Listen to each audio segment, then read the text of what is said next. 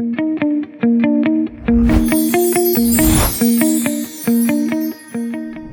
I'm not gonna bore you with my startup journey, because who hasn't?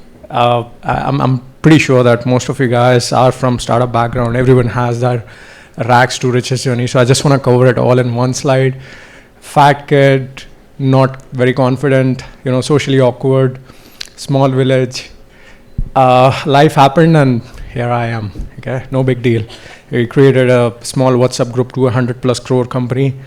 And that's the usual stuff. But what I really want to cover here is my learnings along this journey, because everybody wants to become an entrepreneur, everybody wants to do something in their life, but at the end of it all, what exactly is it that we are craving? What we really are craving is happiness, contentment, right? Acceptance, love.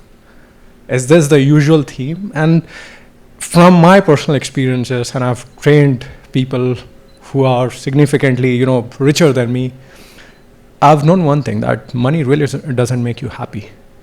So what does make you happy? I believe that there's 4 fundamental pillars: physical, mental, social, and financial well-being. There's a reason I've kept financial well-being, like all these preachiness.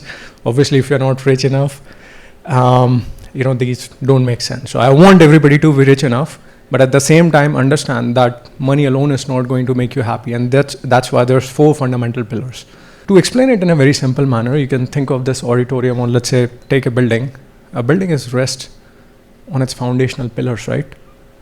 Assuming it's a very simple, square or rectangle shaped building, it's going to have 4 pillars. What happens if you take one of those pillars down?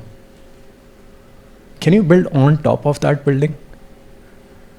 No, right? But which is exactly what most of us are trying to do.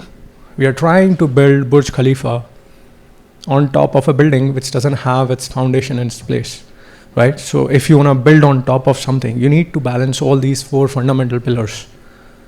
If you just focus on financial well-being, if you just focus on physical well-being and not the others, you can grow to level 1, but you'll not be able to build on top of it. These are some of the people who have inspired me.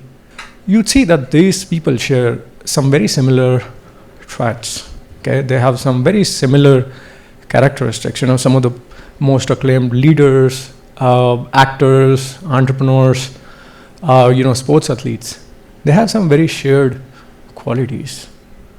All of them, you would agree, that are physically, mentally, socially, and financially fit. They are all anchored around principles. Someone asked me, JC, what's your definition of success? I said, look, for me, success means making an impact. Success can be a very personal thing. If I become a rich guy and my family is happy, I'm happy. For a lot of people, that might mean success. But personally, for me, success means impact. Like, apart from you and your close family, what else are you doing for people who are not closely related with you? What's the legacy you're leaving behind? Right? So all of these people have left an impact, and they continue to, right? Obviously, they're all involved in charitable work.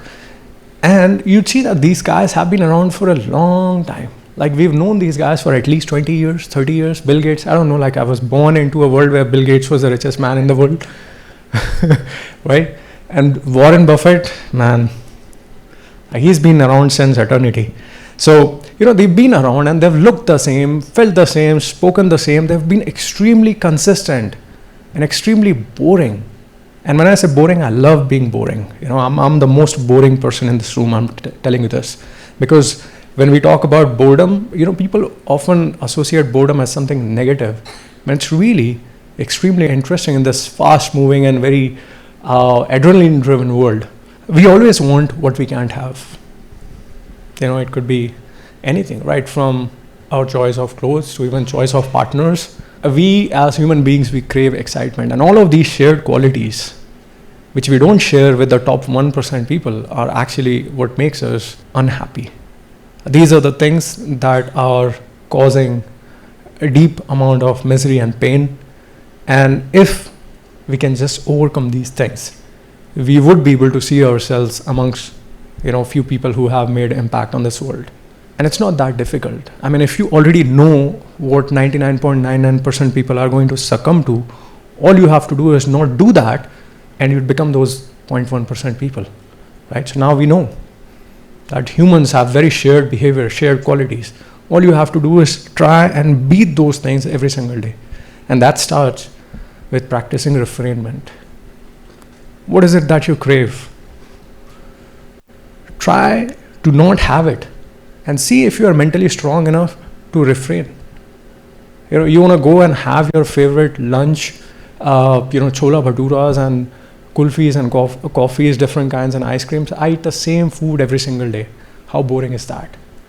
Every single day for at least 3 to 6 months, and then I'm like, oh, it's too boring. Let me change it, and then I'll change it for another 6 months, right?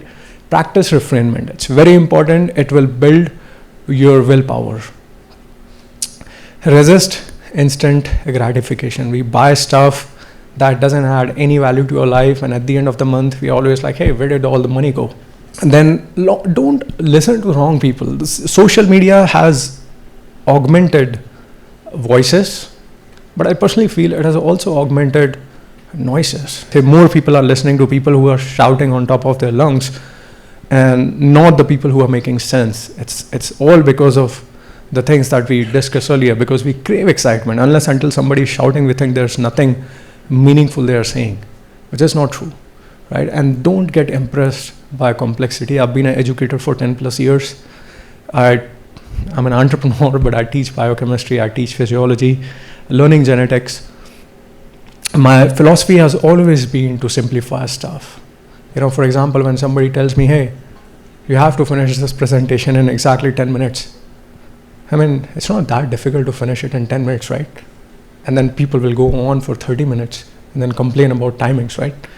So I'm saying you don't have to make things complex. If you plan, understand, and execute, everything can be done in a way that will make you happy and content. Simple is not easy. Simple works, but simple is hard. Okay?